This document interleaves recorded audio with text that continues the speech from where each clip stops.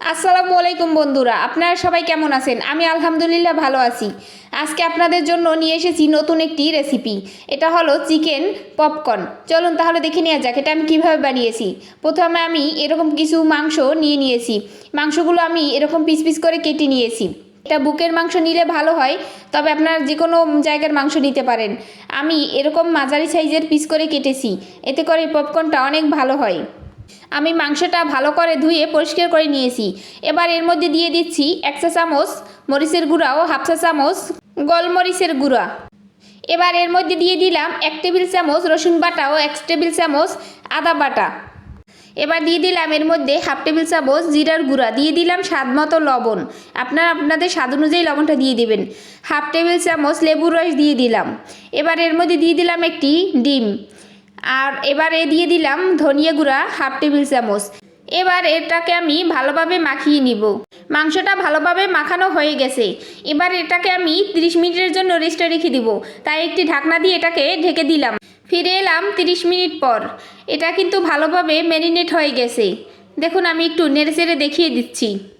এবার একটি বাটিতে আমি 1.5 কাপ পরিমাণ ময়দা নিয়ে নিলাম মাংসগুলোকে কোট করার জন্য। নিয়ে নিলাম 2 টেবিল চামচ কর্নফ্লাওয়ার। এবার এর মধ্যে দিয়ে দিলাম 1 টেবিল চামচ মরিচের গুঁড়া ও 1 টেবিল চামচ গোলমরিচের গুঁড়া। দিয়ে দিলাম স্বাদ মতো লবণ। আপনারা লবণটা আপনাদের স্বাদ অনুযায়ী দিয়ে দিবেন। এবার এগুলোকে আমি ময়দার সাথে ভালোভাবে নেড়েচেড়ে মিশিয়ে নিব। মিশানো হয়ে গেছে। এবার এর মধ্যে আমি সেই মেখে রাখা মাংসগুলো দিয়ে দিব এবং এই ময়দার সাথে মিশিয়ে এগুলোকে ভালোভাবে কোট করে নিব। দেখুন আমি কিভাবে এগুলো নেড়েচেড়ে মিশিয়ে নিচ্ছি। এগুলো ভালোভাবে নেড়েচেড়ে মেশাতে হবে যাতে ময়দাগুলো এই মাংসের গায়ে ভালোভাবে লেগে যায়, তাহলে এটা ভাজার পর খুব ক্রিস্পি হবে। এবার আমি এই মাংসগুলো একটি চালনির মাধ্যমে চেলে নিব যাতে অতিরিক্ত ময়দাগুলো নিচে পড়ে যায়। ময়দাগুলো চালো হয়ে গেছে। এবার পাশে একটা বাটিতে আমি পানি নিয়ে নিয়েছি। এবার এগুলোকে আমি এই পানির মধ্যে কিছুক্ষণ নেড়েচেড়ে ভিজিয়ে নিব যাতে ময়দাগুলো মাংসের গায়ে ভালোভাবে লেগে যায়। মাংসগুলো আমি ভালোভাবে ভিজে নিয়েছি। এবার এগুলোকে আবার আমি ময়দা দিয়ে কোট করে নিব। এরকম 2-3 বার কোট করলে এগুলো কিন্তু অনেক ক্রিস্পি হবে এবং খেতেও খুব মজার হবে। মাংসটা মাখানোর পর আমি আবার এগুলোকে একটু চালনিতে উঠিয়ে নিলাম এবং ময়দাগুলো ঝেড়ে নিলাম। এবার এগুলোকে আমি ভেজে নিব। সেজন্য একটি প্যানে আমি তেল দিয়ে এগুলোকে গরম করে নিলাম। এটা মিডিয়াম আঁচে রাখতে হবে, না হলে কিন্তু তেলটা বেশি গরম হয়ে গেলে মাংসগুলো একদম পুড়ে যাবে এবং খেতেও ভালো লাগবে না। এবার আমি মাংসগুলোকে এই তেলের মধ্যে দিয়ে দিলাম। দেখুন আমি মাঝারি আছে কিন্তু এগুলো ভাজতেছি। এভাবেই আপনার এগুলো ফাঁকা ফাঁকা করে দিয়ে দিবেন। এগুলো একটার সাথে একটা লেগে গেলে ভাজা ভালো হবে না।